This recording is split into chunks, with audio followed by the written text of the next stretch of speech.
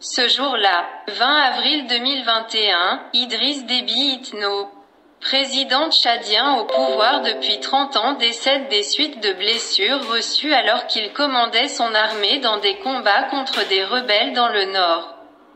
Son décès surprendra tout le monde et alimentera la rumeur.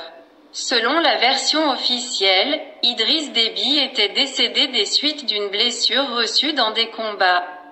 Pour rappel, le plus puissant des groupes rebelles, le FACT, avait lancé à partir de ses bases arrières en Libye une offensive en direction de la capitale N'Djamena. En tant que chef de guerre, Idriss Déby affectionnait se rendre au front aux côtés de ses troupes. C'est dans ces circonstances qu'il décidera d'aller au front. Après un bivouac, un campement provisoire en plein air avec ses troupes, il arrive au front, près de Nokou, le 18 avril où ses hommes disputent un âpre combat aux rebelles. Le 19, sa colonne va tenter de s'approcher au plus près de la ligne de front.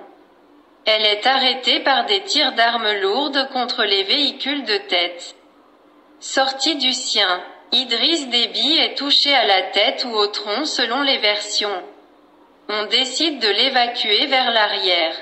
Plusieurs généraux ainsi qu'une partie du protocole de l'État et son médecin, Hassan Mahamat Hassan, comprennent vite la gravité de la blessure. Idriss Déby perd beaucoup de sang et doit immédiatement être évacué vers N'Djamena. On l'embarque inanimé vers la capitale. Selon plusieurs sources, Idriss Déby est inconscient lors de son évacuation vers N'Djamena, et l'évacuation n'ayant pas été rapide, il succombe à ses blessures avant d'avoir pu être ramené à N'Djamena. Son neveu décède lui aussi, tandis que son chauffeur est sain et sauf.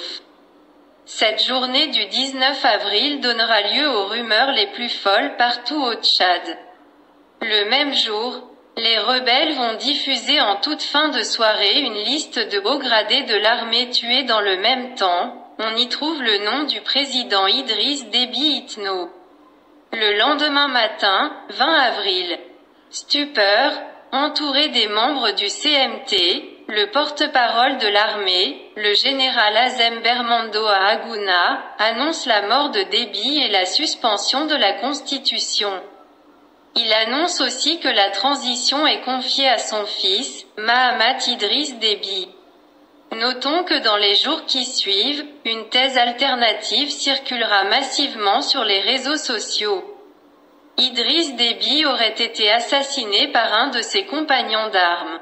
Il serait la victime d'un règlement de compte au sein de son clan, les Agawas.